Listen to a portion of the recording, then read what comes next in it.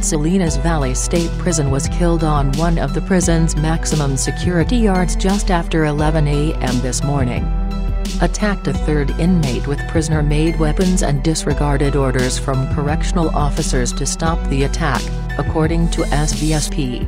Officer intervened with chemical agents, and one fired a warning shot from a Mini-14 rifle to help stop the attack.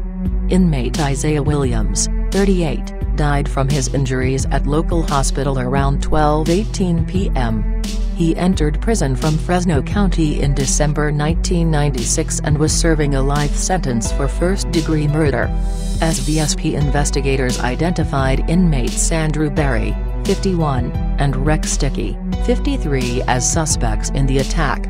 Berry has been serving a life without parole sentence from Los Angeles County for first-degree murder since May 1997, and Dickey arrived from Los Angeles County in December 1982 for a 2-year sentence for second-degree burglary. Dickey was later sentenced to life with parole in 2003 for second-degree murder occurring in a prison.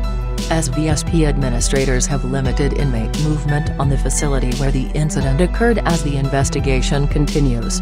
Salinas Valley State Prison opened in 1996 and houses about 3,700 inmates as well as employs 1,600 people.